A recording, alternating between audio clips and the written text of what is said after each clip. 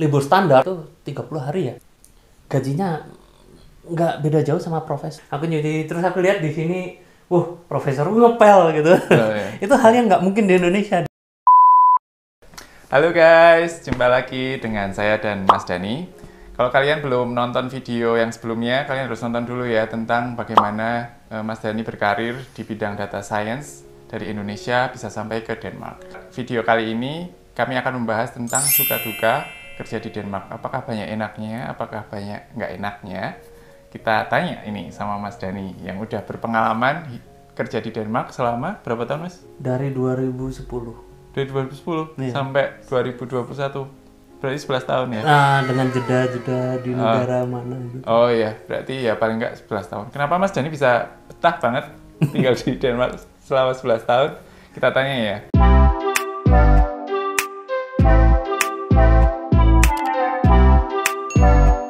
Faktor utama yang menyebabkan Mas Dani memilih Denmark untuk tempat bekerja at the first place. Oke. Ya. Faktornya sebenarnya cuma satu sih. Karena yang nerima aplikasinya Denmark. Oh gitu. As simple as that gitu. Oh iya, iya. Nah, tapi di samping itu juga karena apa namanya itu Denmark itu negara yang paling pas, itu paling cocok. Dia ada banyak pros yang ada di Denmark dibanding di negara lain, even di dalam Eropa itu. Bisa sebutkan nggak, Mas? Oh, banyak. Beberapa. Yang terutama menurut saya adalah Jantelov. Itu Apa yang itu? paling saya suka, dan itu ada di Nordic ya, jadi nggak cuma di Denmark itu. Jadi Scandinavian ya? bener, Skandinavia, sorry. Itu di Jantelov itu ada aturan yang there's no one better than you itu loh. Ah ya, saya ngerasain itu dan saya sangat senang. Itu exactly. Iya. Terus no bragging. Ya, no breaking. Bahasa Jawanya itu nggak keminter. Ah.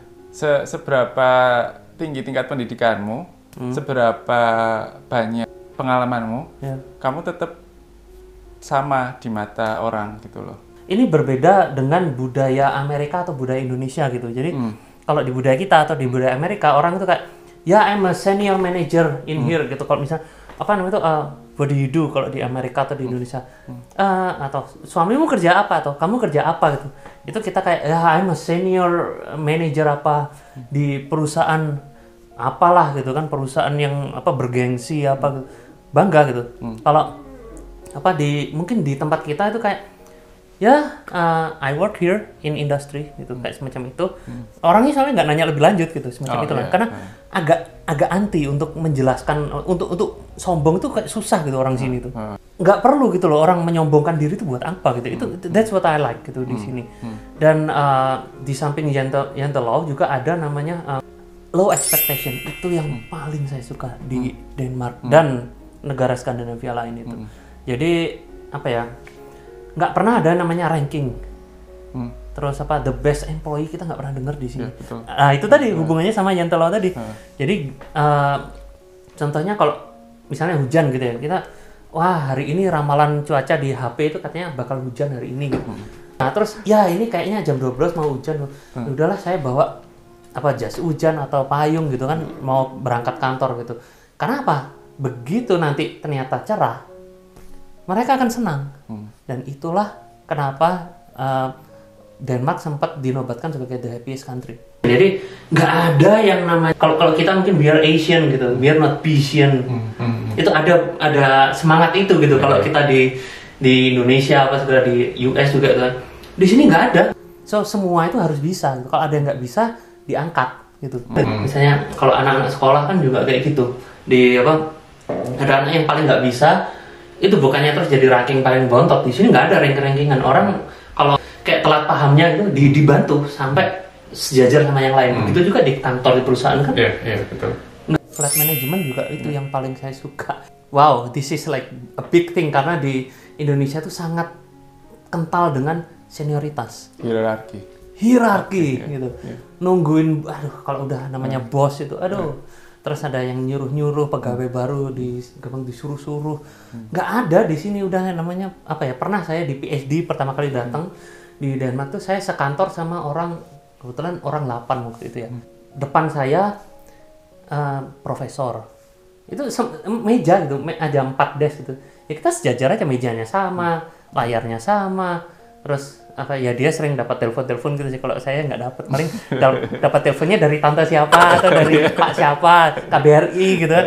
Mau main musik nggak gitu. Kalau dia apa, ada telepon dari mana, dari network di US apa. Kita juga pernah di DTU di kampus dulu itu, kita habis ada acara, habis kayak makan-makan lah pokoknya.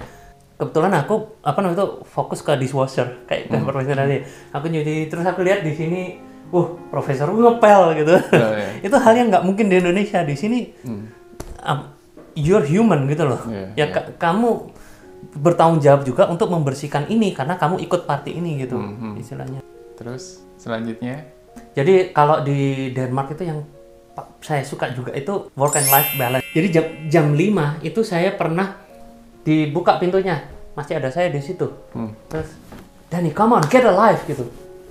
Digituin orang. Jam 6 kok masih di kantor? Come on, get alive gitu. Ya segitunya gitu, kamu tuh orang gila, orang aneh ya, kamu ngapain jam 6 masih di kantor gitu. Dan di sini jarang ya ada lembur-lembur kayak gitu ya. Hampir nggak pernah. Nggak ada. Ada sih aturannya segala itu, jarang. Prakteknya jarang ya. Prakteknya jarang. Kalau di sini maksimum jam kerja itu 37 jam per minggu kan ya? Iya. Ya, jadi mereka biasanya punya waktu lebih untuk bersama keluarga. Betul. Dan mereka juga mementingkan keluarganya itu nomor satu daripada kerja gitu. Selanjutnya apa Mas kira-kira?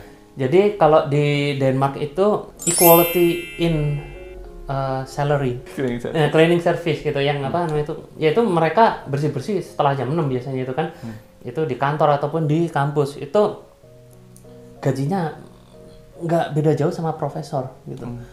Dan itu menurut saya itu kelebihan. That's something like important.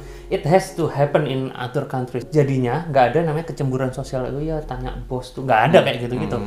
Gajinya sama, bahkan ya di pekerjaan saya sekarang saya sepedaan terus gitu kan. Yang ngelap-ngelap meja saya, dia punya mobil mentereng bagus gitu. Oh iya. Itu ya biasa aja sih. Biasa aja dianya juga gitu. Kalau masalah benefit gimana ya Mas yang diterima dari perusahaan atau company?